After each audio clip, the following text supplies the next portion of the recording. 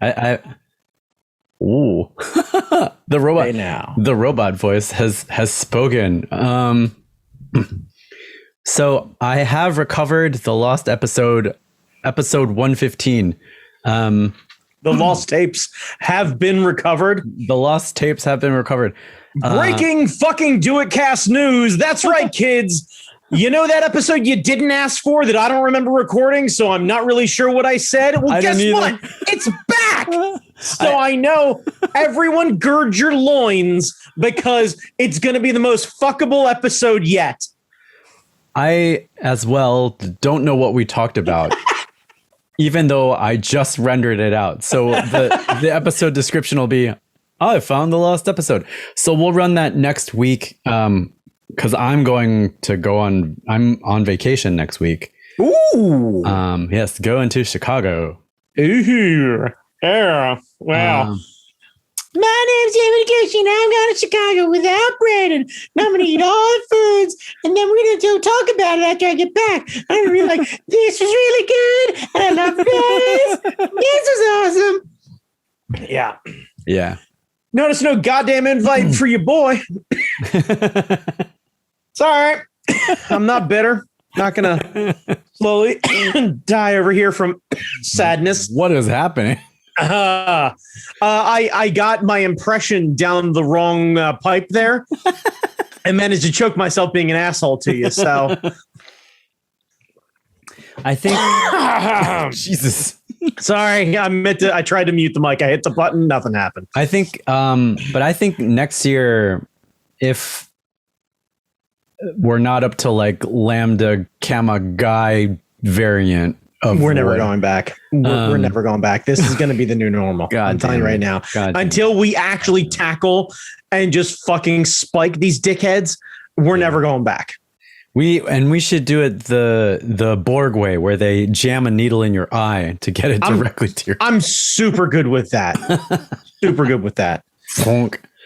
So we have the lost episode. The lost episode will run next week. Cool. That's a lot of buildup for probably I think it's just us catching up with stuff. I think it probably is. So that means it's going to be our greatest episode ever. Hang on. Let me try that again. Our greatest episode ever? Hang on. One more time. Right. Our greatest episode ever. Anyway.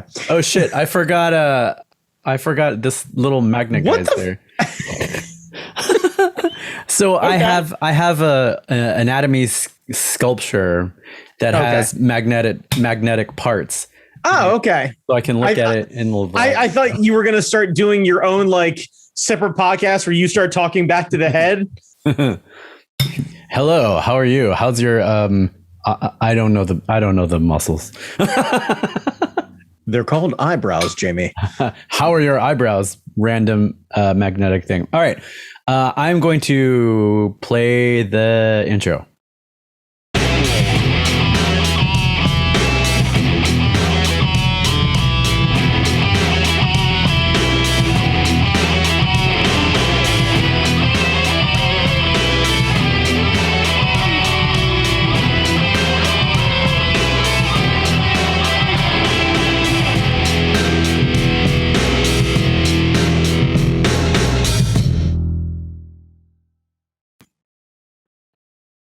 Buttons.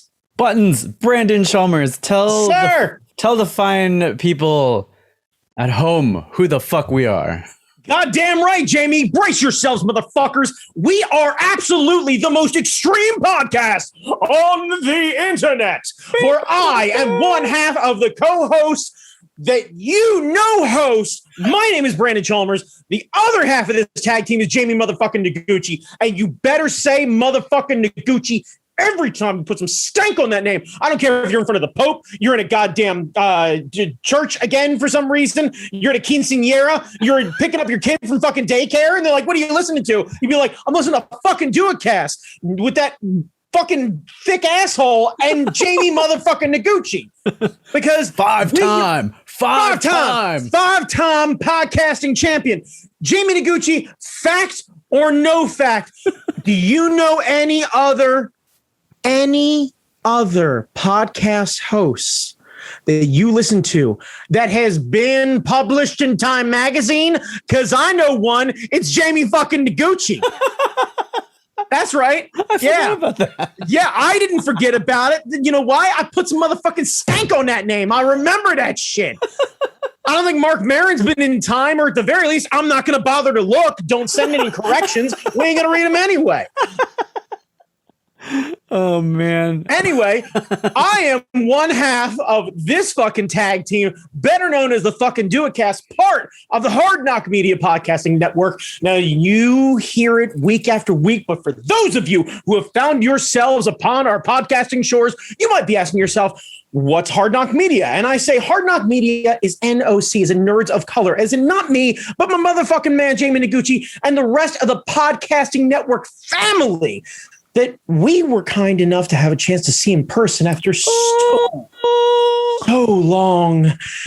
I felt the warm embrace, not physically because we're still respecting each other's social distance, but you know, visually, he definitely eye fucked me in the best kind of way. And I missed the boss. He saw me and he was like, yo, what's up, Depressed Thor? I am into that shit. I'm like, you're damn right you are. Jamie, that's the idea. I'll never be the thinnest guy, but if you can be like, you know, there's some dangerous ass shit under all that fat, that's your bull. like a great white shark that fucking loves cheesesteaks. Like that's what I am. Yeah. Well, I mean, that's what we're talking about. This weekend we saw Snake Eyes with the boss man. Yeah, we did. And a couple of his friends and a couple of our friends. We rented out a theater. We went to see the Snake Eyes. The coolest thing about it is the network, the Hard Knock Media Network. Keith has got interviews with Henry Golding, Snake Eyes himself, Andrew Koji, Tommy, who becomes the Storm Shadow. That's not a fucking spoiler. Everybody fucking knew that. And then Haruka Abe, who played Akiko. So like the three leads of the movie are interviewed on the Hard Knock Media Podcasting Network. Motherfuck that. I got a chance to actually meet William West for the first time ever.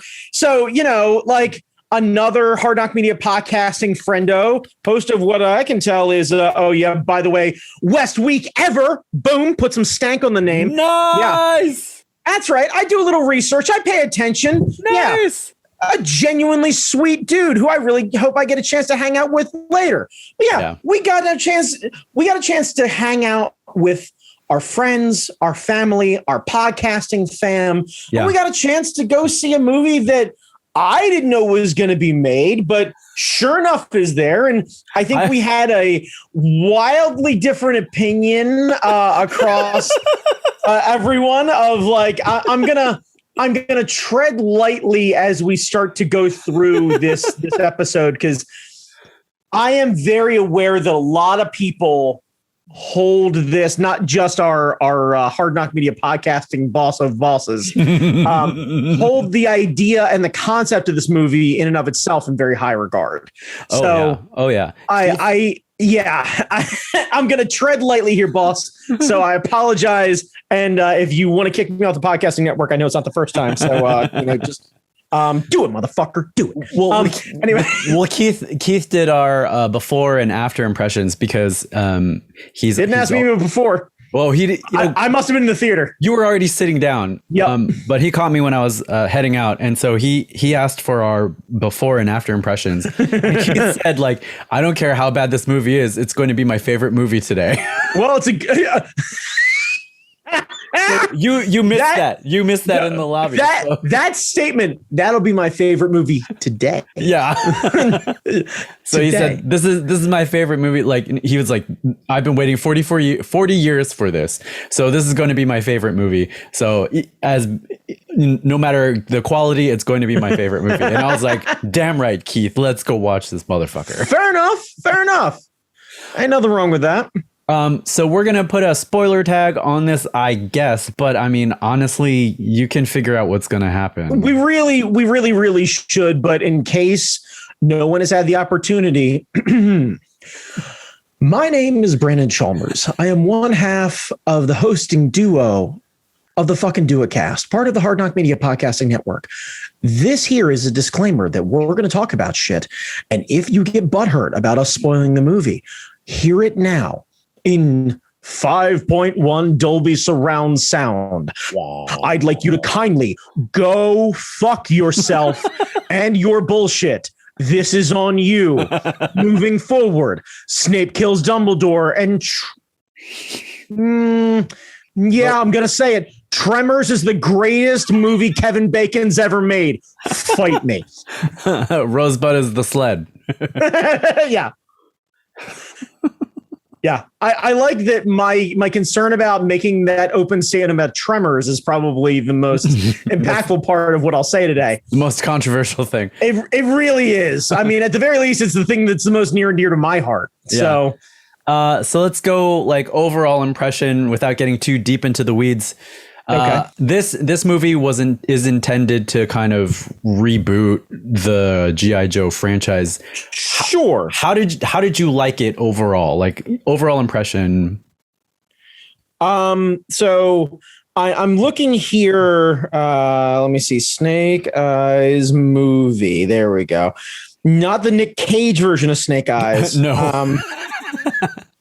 Boy, howdy. So the reviews are not kind. The thing I was really looking for was how goddamn long this movie was. Mm-hmm. Because there it is.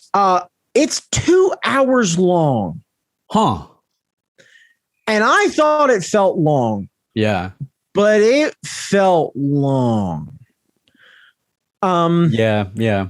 Like you could have cropped this to a tight hour and a half and had a pretty good movie.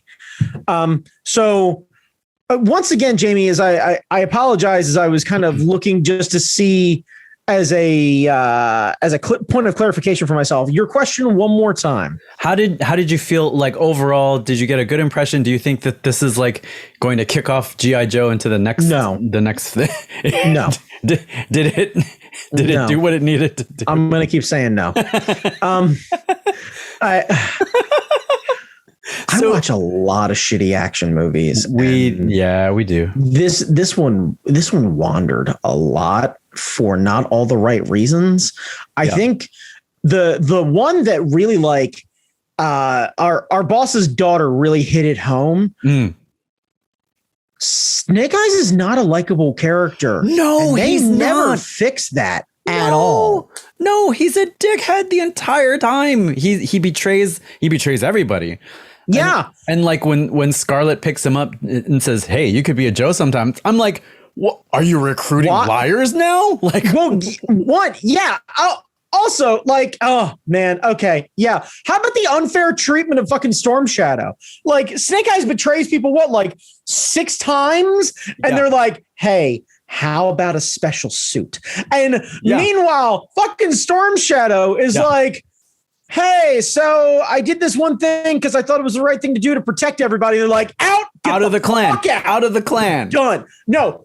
They give him the bullshit consolation prize of like, "Hey, you can hang out, but you can never be in charge. You can never be the leader of the." Yeah, that was bullshit. Fuck you. What happens when that bitch is dead and he just shows up and be like, "This is mine," and he just backhands every person who tries to, the giant fucking Harry Potter ass snakes, backhands them. Oh god, no hesitation. The fucking snakes. Oh my god. Okay, hang on. Sorry, because I'm going to drag us all around this plot. Something fierce, if you let me. All right. Well, we'll get consciousness. We'll get into the bullshit. My overall impressions. I had 2 big things. One, I needed to frame this movie as a rom-com because otherwise it didn't work for me.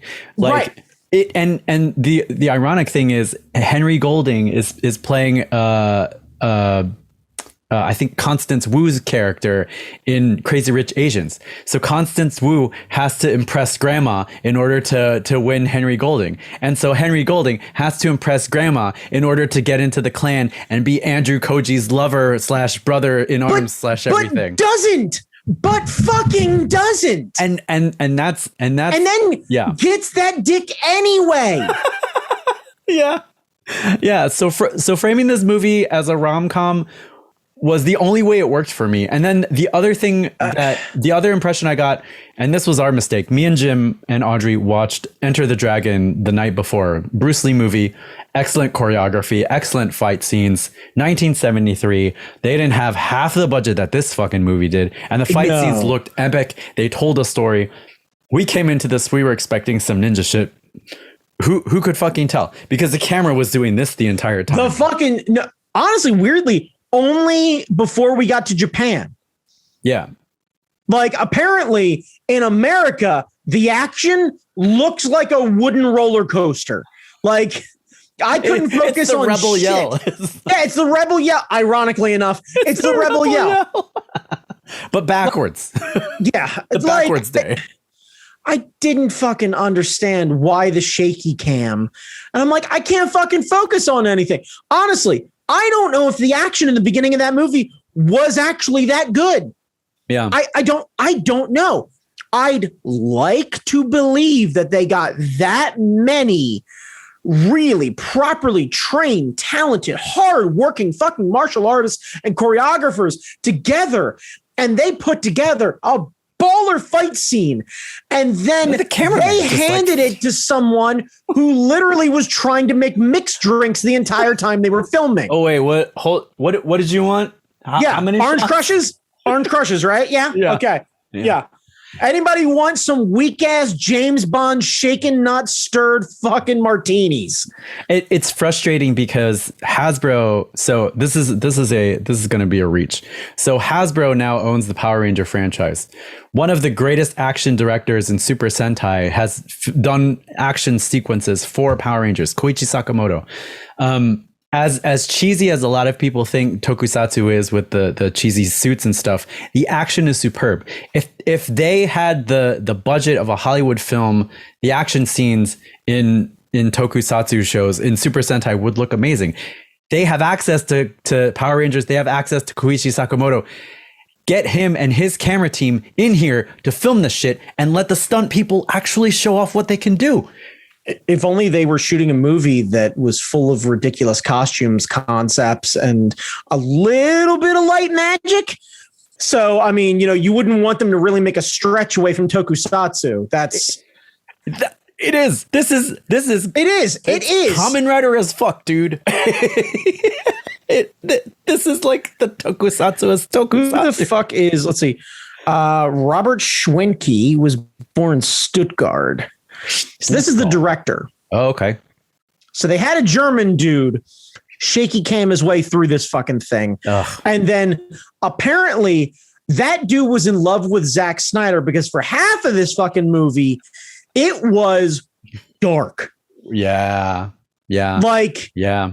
I get the idea and the concept that fortress was under shade because of the way everything was. But also, at some point along the way, I believe that the sun actually is overhead in Japan at some point.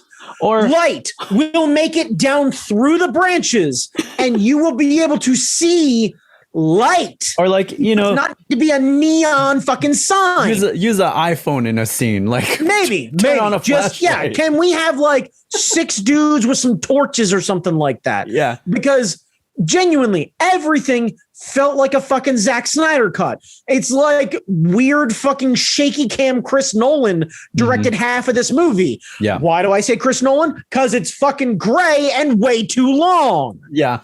There was a scene, they were fighting in an alley. It was raining. There was stuff. They were running back and forth, and you could see Storm Shadow because he's all in white.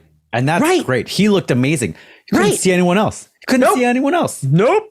Don't know if anyone else was doing it, but Andrew Koji was working it. He had his low stance with the swords. Oh yeah, no. When they stopped and they both had the swords and they were like staring down the other guys around them, and I'm like, this is badass. I'm super here for this because frankly, you know what this should have been? Not a fucking rom-com. Which, by the way, I'd like to challenge that a little bit, because if that is the relationship that you are looking for in a rom-com, we need to talk about how you need a catty best friend to tell you, girl, you deserve better. Because genuinely, Storm Shadow deserved just a better class of bitch. Well, Akiko for a couple of scenes was that she was like, this guy ain't it. This guy is not the one. And Tommy kept saying, no, but I looked into his eyes. I saw like all this great stuff. And Akiko was like, yo, I don't know if he's the one. Right. But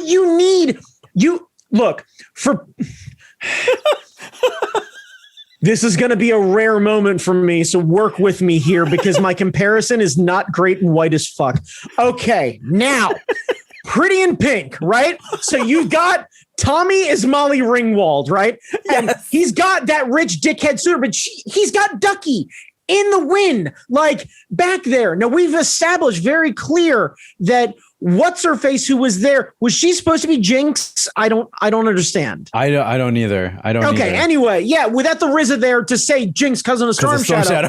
I don't know who's who. But if she doesn't have a romantic interest in him, which they kind of established early, that like she respects him and cares for him and owes him a debt of gratitude, but not in any sort of physical relation sort of thing. At least they didn't push that at all. Yeah. So if we're going to have that here, there needs to be like, I have to know that like Hardmaster or Blindmaster wants that dick.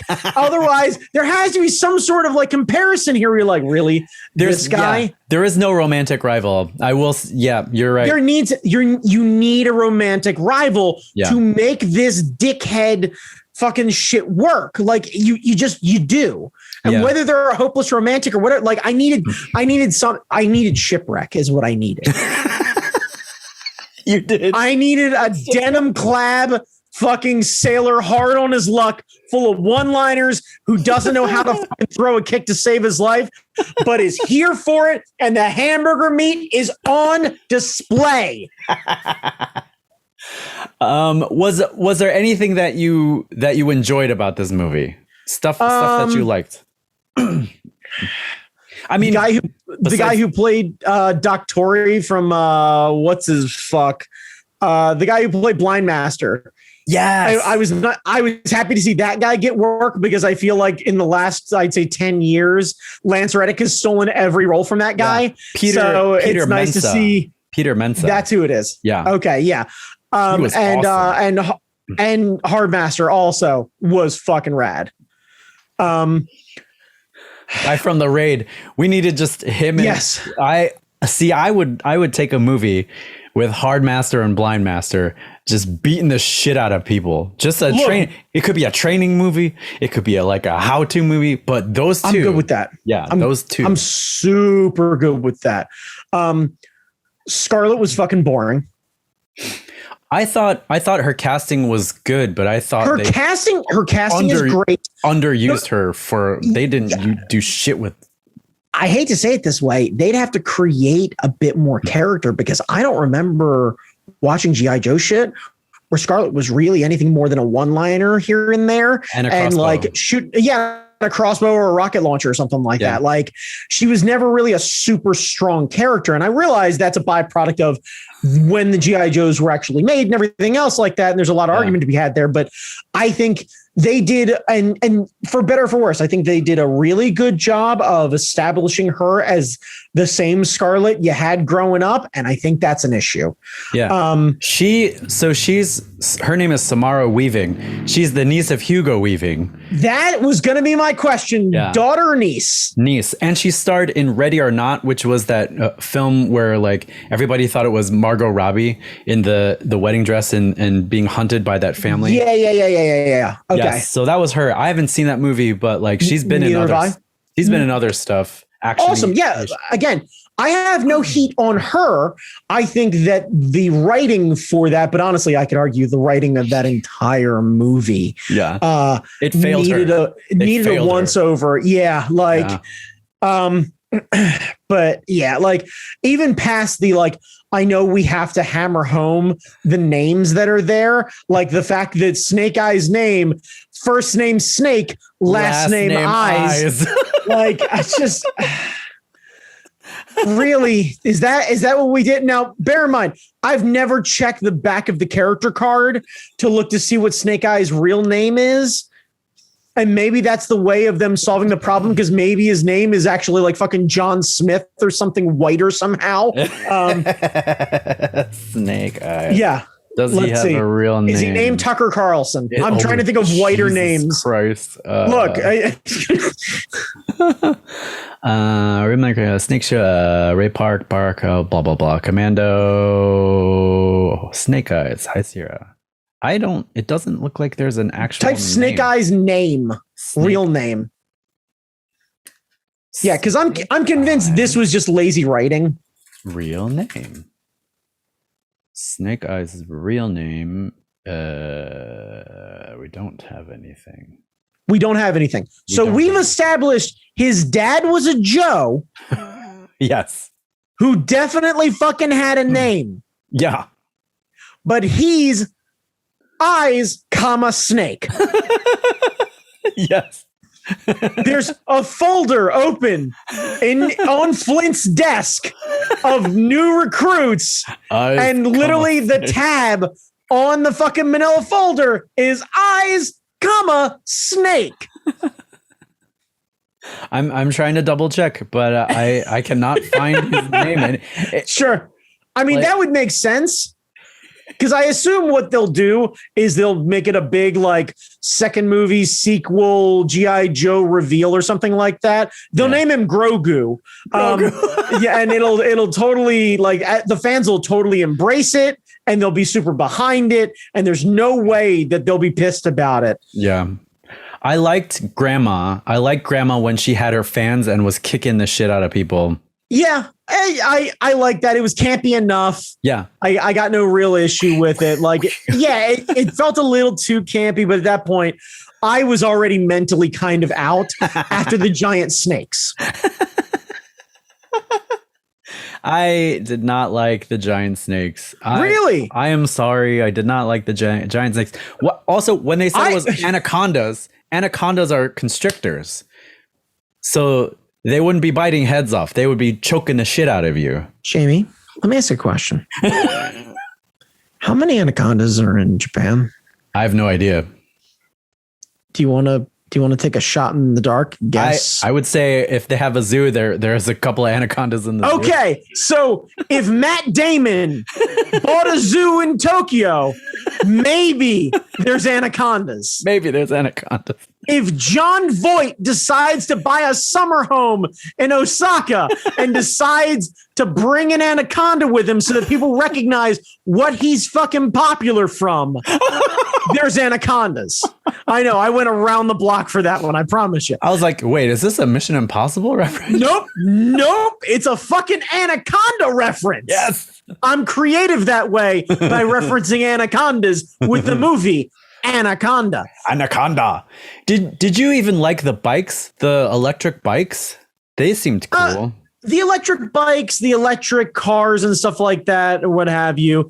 That felt like a really simple thing. You're going to get me into an argument here, but I don't understand the power situation in Japan, so I don't know if they're actually have the infrastructure to be able to handle that level of electric vehicles. Yeah. But if they can, rad. Electric bikes make total sense to me because most people riding a motorcycle, unless you're a fucking easy rider, are doing, I'd say, sub 50-mile trips each way. Yeah. So the idea of a bike having a range of, let's say for conversation's sake, 150 miles means you could go and take a nice day trip somewhere and not have it be an issue. An hour-long ride, a ride into the mountains, what have you. Cool. The bike design felt a little bland to me, but most electric design for cars and all sorts of shit like that always feels like they're trying way too hard to be Elon Musk.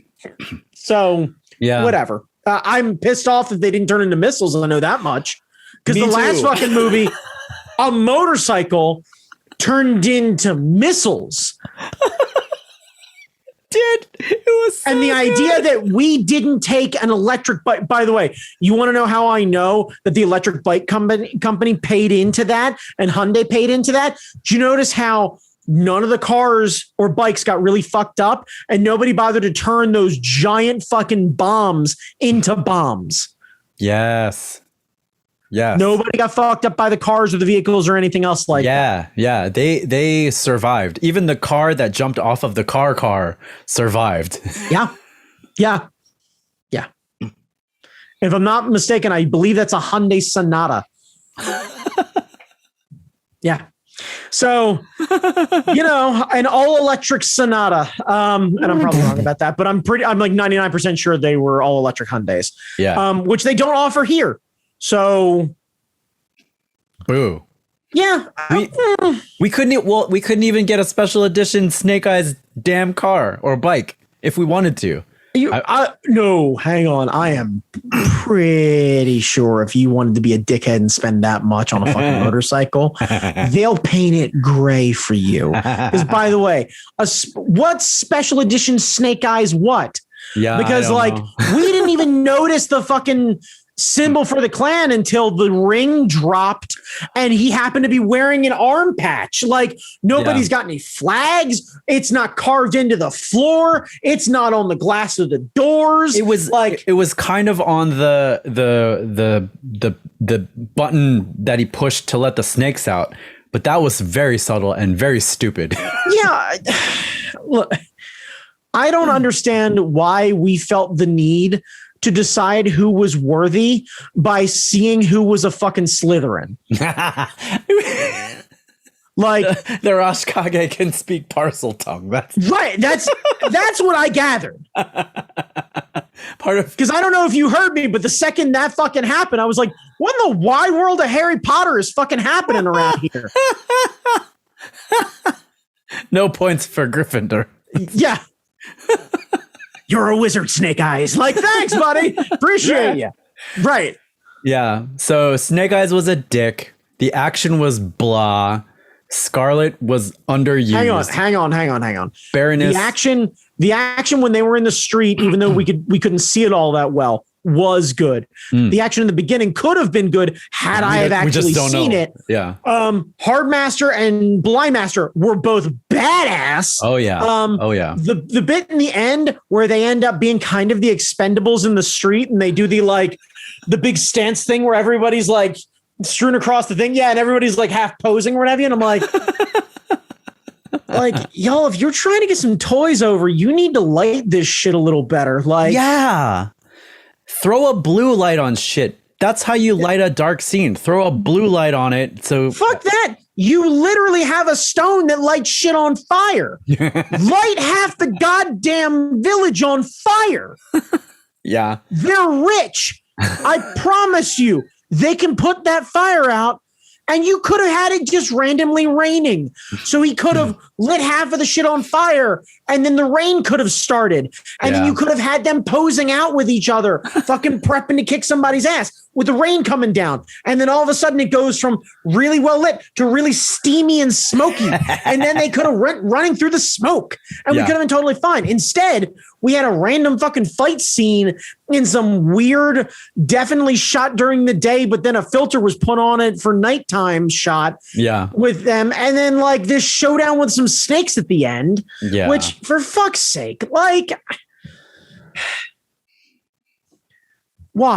the snakes? I don't know. Are there not creatures native to Japan that we could have put? Is this the whole thing of Snake Eyes is obviously good with the snakes? Yeah. Is that how fucking lazy we are about that shit? Well, he has a wolf, doesn't he? He's fucking supposed to, which is what I was pissed about. But because all I can think is, rad, the wolf's coming. They could have a bunch of wolves in there. Hang on, let me see here. Animals native to Japan. Let's see. All right, here we go. Or a wild boar. You could have done a Mononoke Hime thing. We could have had macaques. We could have had deer.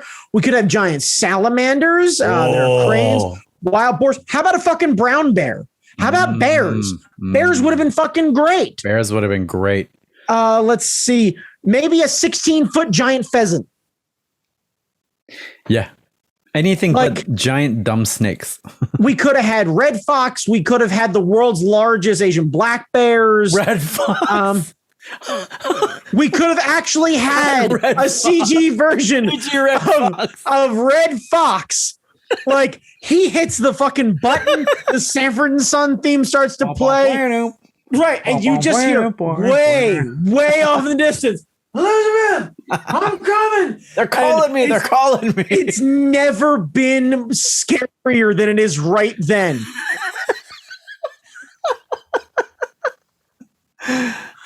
Jamie, we could have had giant fucking flying squirrels. There's literally a Japanese giant flying squirrel. Dude, that would be great.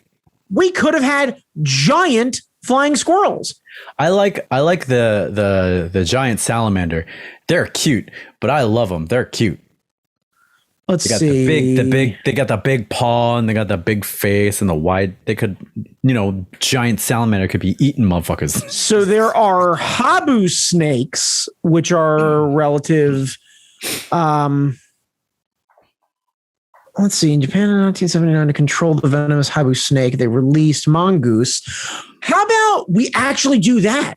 We have a venomous snake on one side of the thing and a mongoose on the other, and they keep each other in balance, but they both decide whether you're a fucking liar or not. Yes, that would be great. That would have been awesome. Because if they stare at each other down with you in between, you don't know if they're mad at each other or if they're mad at you. That would have been. And could you imagine if they lock eyes and you're caught in the middle of this thing and all of a sudden they start to lower their gaze from each other directly down to you? Oh, How cool would that have been? movie gonna be over. You're Right. gonna get eat. Right. Because honestly, if that had happened and then she went in and saved him, you could have knocked the mongoose into the snake. The snake could have been pissed off, and then the two of them would have had a reason to fight. Mm-hmm. God, that. See, Then I like that. Then Grandma could have been proven a badass because she could have literally fucking floated down with the fans, snapped the fans open to the both of them, but the both of them went to their own fucking corners. Why? Because Grandma's going to separate that shit, and you two are in a timeout. That's why. Yeah. So the giant snakes and the magic stone, I kind of feel like if they were going to go that route, they should have gone more that route. Because if you're going to have hang on a second. bullshit, do more magic bullshit. They did. Remember when Blind Master had the fireflies and all of a sudden he had himself a fucking Darth Vader moment on fucking right fucking Dagobah? the will-o-wisps like in Brave. Yeah. Everybody suddenly he sees his father and there's fire and all sorts of shit. By the way, that went fucking nowhere. Nope. We learned nothing. Nope. And all we know is this guy has PTSD. And there was a shot of the castle and then some random guy walking up the stairs. And I was like, does the castle symbolize heaven? And was that his father going to heaven? Or was that, I didn't know what the fuck that was. I don't know either, but I mean, in all fairness, without the ending, the whatever it's been a long day, yada yada yada, until and without that little chime and having to walk up the stairs and then look back at him.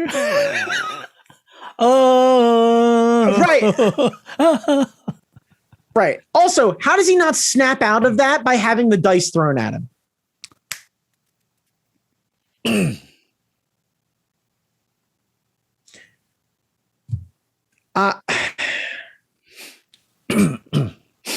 You never set the German to go do something creative. Also, the guy who killed his dad could have been like someone in Cobra. Better, interesting. Yeah, he was in Cobra. No, but Dr. Mindbender or like.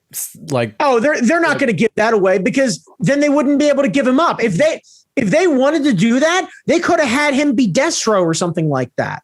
Yeah, somebody. Because you could have had him in there literally chained up and then literally had you know what they call me? They call me mask on Destro. Yeah. Snap the fucking chains, whole nine. He goes to fight him. like Snake Eyes barely gets away, and he's like, motherfucker, those Cobra dicks are dicks. Not, I just realized I gave up the entire fucking plot of the movie.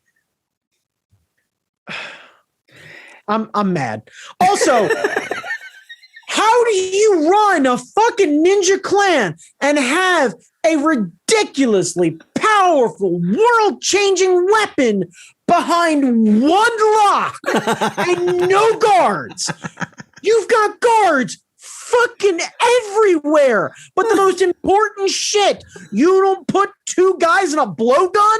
Are you fucking kidding me? Or like guard everything. It's the only goddamn building anywhere in that fucking camp that didn't have two dickheads with face masks in front of them. Or in a basement.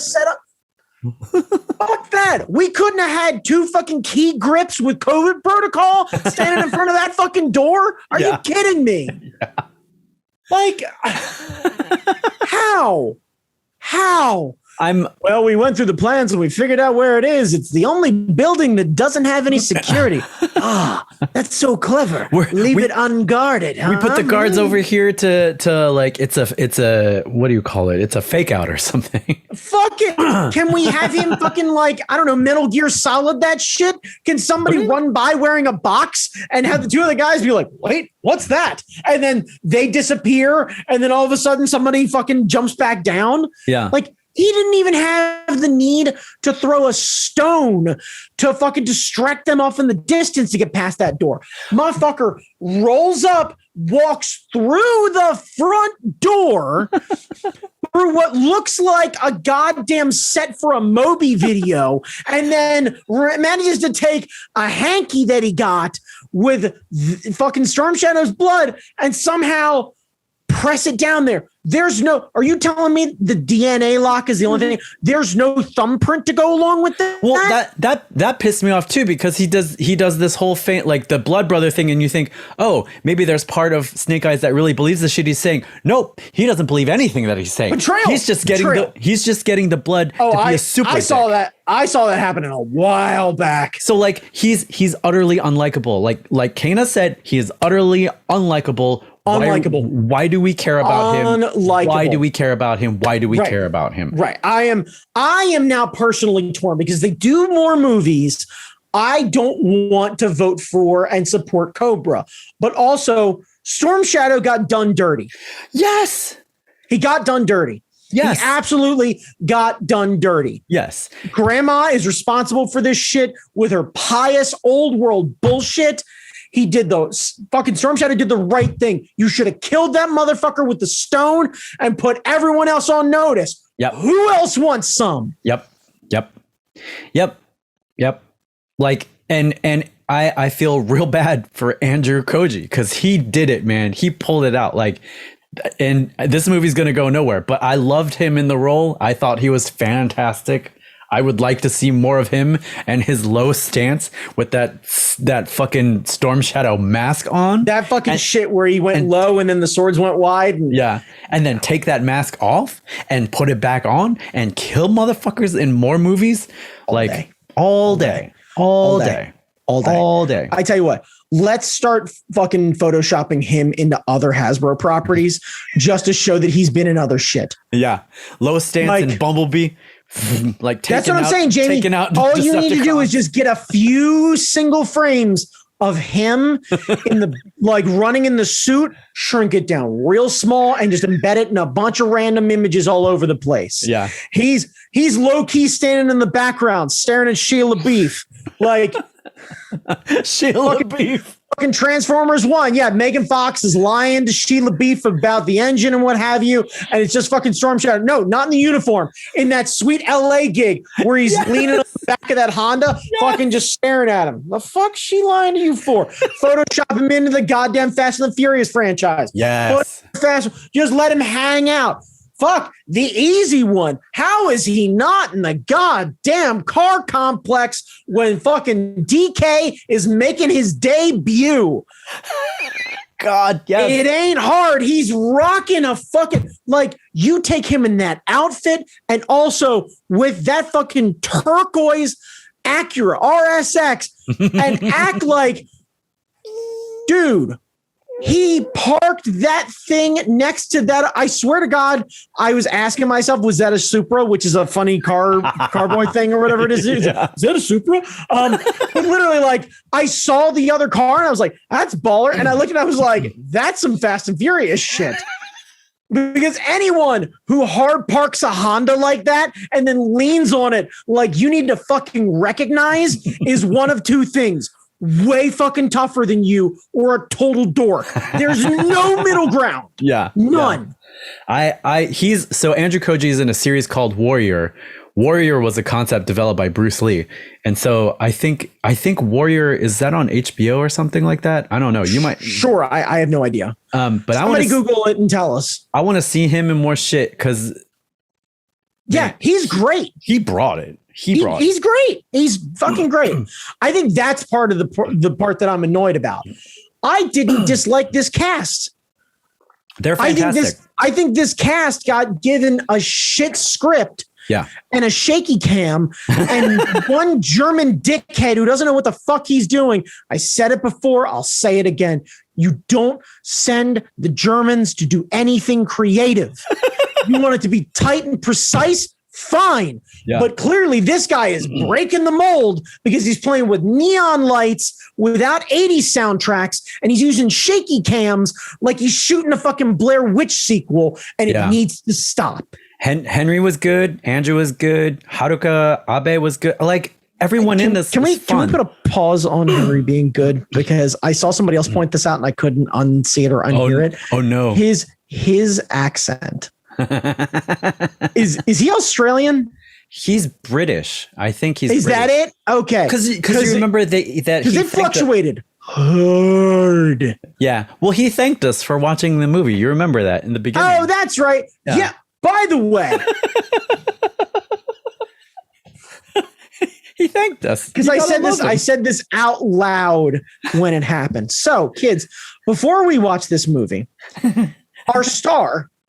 Eyes, snake, sat down in front of us and was like, hey, we really appreciate you watching the movie. We put a lot of effort into this in the same way that, like, when your kid is about to perform something and you ready your friends and or family with like, hey, not for nothing, but little Steve worked really hard on this. So do me a favor. No matter what happens, I need you to act like this is the greatest thing you've ever seen. Okay. Right. And I said out loud, I was like, I've never had a movie apologize to me before it got started. That's not a good sign.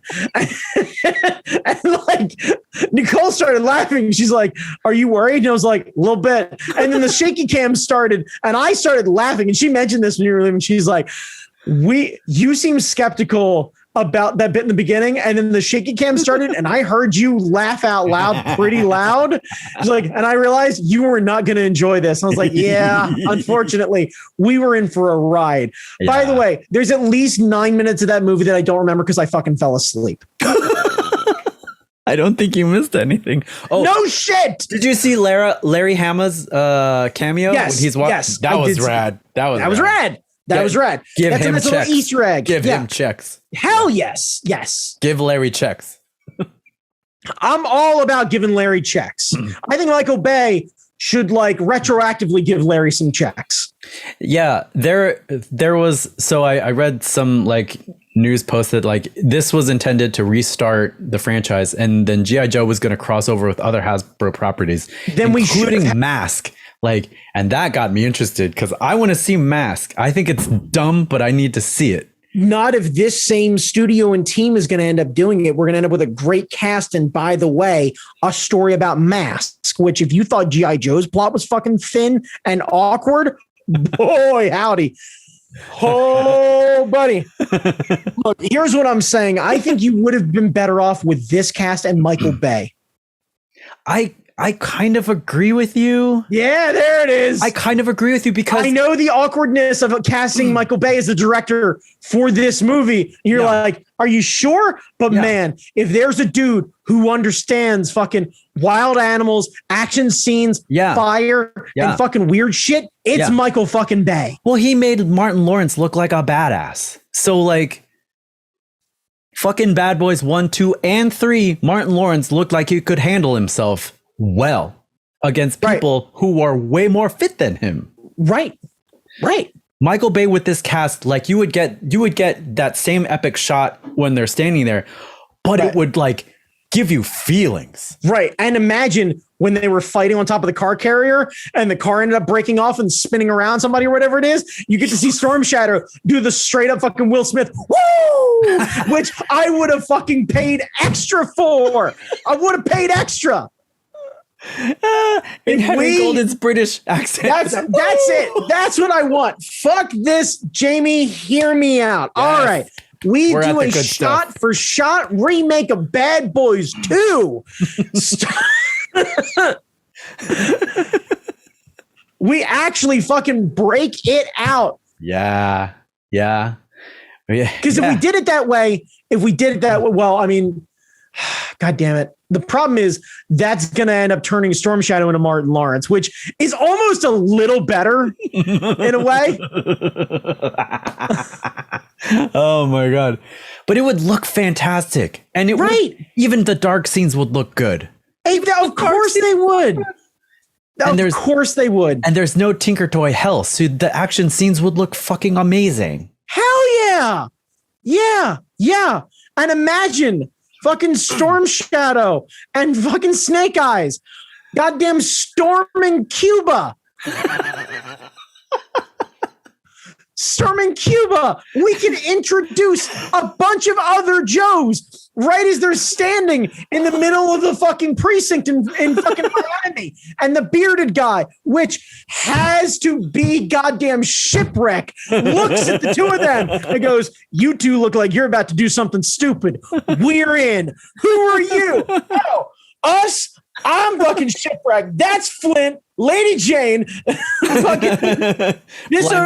dickhead over here, that's Duke. "Hey, how's it going?" And like, you fucking quick introduce the rest of the cast. All of a sudden I'm getting excited because I want to find out what the fuck's going on with everybody else. And all of a sudden the Joes aren't necessarily the Joes. They're a ragtag group of heroes who reluctantly are then recruited by the fucking U.S. government because they managed to storm fucking Cuba and end up making their way back to Guantanamo Bay, which is secretly where the G.I. Joes are fucking based out of.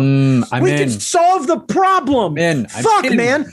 I could even somehow spin this into the idea that the reason that they had to keep Guantanamo Bay open and we saved Barack Obama's fucking PR nightmare is because the G.I. Joes operate out of Guantanamo Bay.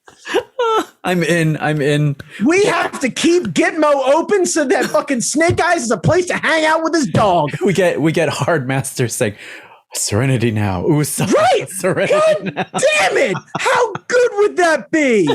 Hard Master or Blind Master, one of the two. Blind Master has to be Blind Master. Because he can play with those dumb fucking meditation balls, the chimey ones or whatever it is. Serenity now. Right.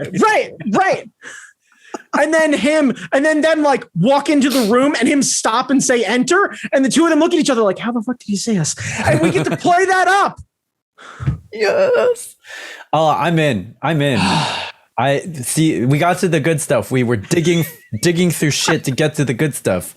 Michael Bay needed to take over. I'm genuinely surprised I got you to agree to the Michael Bay thing. I'm in. Like, look, like it's one of those, like, if we want to make a fun action movie that ends up getting sequels that nobody really expects that are way better than they should be, this is the way to do it. Yeah. You need somebody who knows how to work their way around some creative scenery, a bit of lighting, and not a whole lot else. Yeah. And he's the guy to do it. And there are a lot of entries in the Transformers franchise that are not great, but there's 8 of them, or like 7 or 8 of them. Right. I bet if we boiled down 7 of them into 2 good movies, we'd be fucking blown away. Yeah, it'd be fantastic. Yeah. I agree with you. Like, someone needed to take this cast and all the goofy shit around this and just make it look just fucking. Just have a little fun with it. Just have a little fun with it. More fun. Hang on. I need to see what the fuck else this German dickhead has been doing.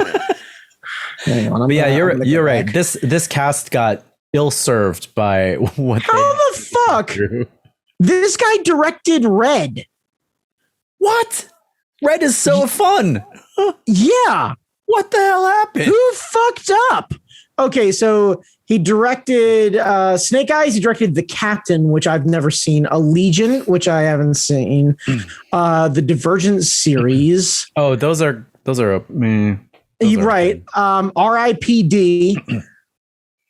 No. Yeah, which was bad. Red, which was rad. The Time Traveler's Wife. One episode of Lie to Me. Flight Plan. Yeah. How the fuck did this guy get picked up? Other than for Red. And honestly, after you watch him do RIPD after that, which I know you're like, what the fuck is that bullshit? That's the one with Jeff Bridges and Ryan Reynolds. Yep. And they're like ghost hunters or their afterlife thing. Yeah. So you watch that movie, you're in charge of the Hasbro rights, and you're like, that's my dude.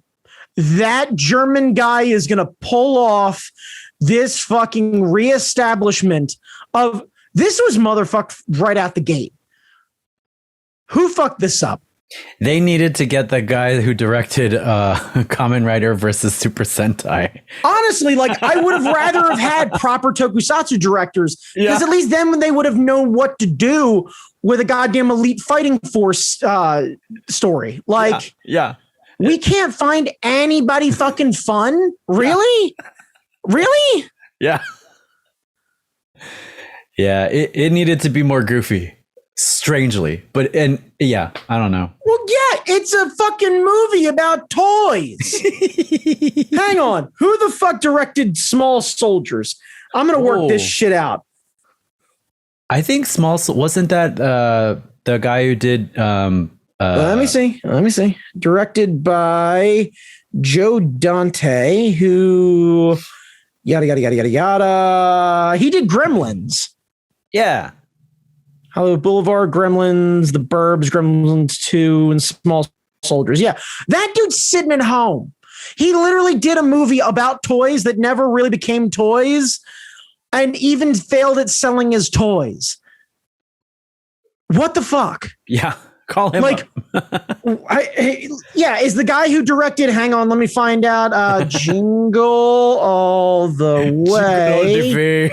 Let's see, directed by Brian Levin. Is he dead? He's 68. Let's see, what did he do? Filmography. Well, shit, that guy did Problem Child 2, Beethoven, The Flintstones. I wasn't aware there was a Leave It to Beaver movie. He did the Flintstones and Viva Rock Vegas. I genuinely believe, Jamie, that the director of the Cuba Gooding Jr. tour de force that is Snow Dogs would have done a better job with this. Yeah. So, in the end, Brandon, do you recommend this movie? I said it before. It's going to end up popping up on the review that the boss put in. I think this is perfectly fine background film. If you wanted to drink to it, I think we could establish some rules, and I think it would make it much more enjoyable. Yeah. But I am of the firm belief that it's too goddamn long. Yeah.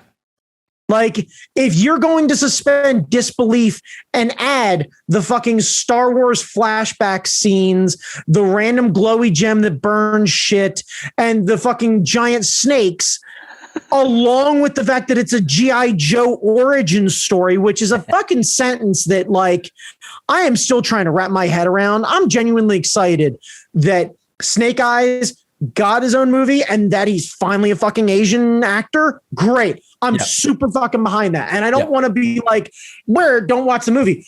I don't think it's good enough to be able to enjoy as a sit down popcorn movie on a Saturday night. I think if you put it on in the background as you're working, as you're playing video games or something like that, what have you, and you catch the random fight scenes and the bit of dialogue, and you're like, what the fuck is this? I think you'll enjoy it a lot more. And there are a ton of movies that are like that are super enjoyable, but I don't think it has what it takes to grab your attention consistently and have you walk away going, that was fucking great for 2 hours. I just don't. Yeah. I think we saw it under the right circumstances. We totally did. Yeah. It was a very affordable $11 ticket. Yeah. By the way, once again, we rented out a private screening of a theater. Yeah. It was discounted, which was our first concern, or at least my first concern. Yeah. And so in turn, we had, I think there were 17 people in our showing. Yep. They were all friends or friends of the podcast or part of the podcasting network. So everybody felt very safe and comfortable. It wasn't a huge screen, but it was definitely large enough. We all had the movie going experience in a safe and comfortable environment. Yeah. I don't think there's a better way, like you said, for us to really watch that movie. Yeah. And I still walk away feeling the way I feel about it. I do. I think there's too much shit going on for me to be like, that was great and fun. It was pretty fun. It was fun. I think it's a good cookout movie. Like you put it on a big screen in the backyard, you get some burgers. Right. And that's, yeah. And that's what I'm saying. It's fun background shit. Yeah. Yeah. I wish better for the cast. I hope they get more stuff because they deserved better than this. Yeah. I think the important thing to do is to go rewatch Spartacus, the TV series, so that Doctore gets another check. Yeah. And go watch The Raid. Yeah. And Warrior. And The Raid 2. And Warrior. And the next movie of fuck it. What you need to do is Google the cast and watch all the other shit that watch all their stuff. Yeah. Yeah. I think that's the thing to walk away from with this. Yeah. Support the cast. Maybe not in this film, but Yeah. I tell you to avoid the other films from the director, but other than Red, I don't think it's going to be a problem. Yeah. All right, Brandon. Where can people find you? You can find me on Instagram at that guy Chalmers. Jamie Noguchi, where can they find you? I'm Jamie Noguchi on Instagram. If you're watching this on YouTube, you're already on the channel. Angry Zen Master on Twitter. And that's it. That's all we got. Yep. Be excellent to each other. Watch something else. Hit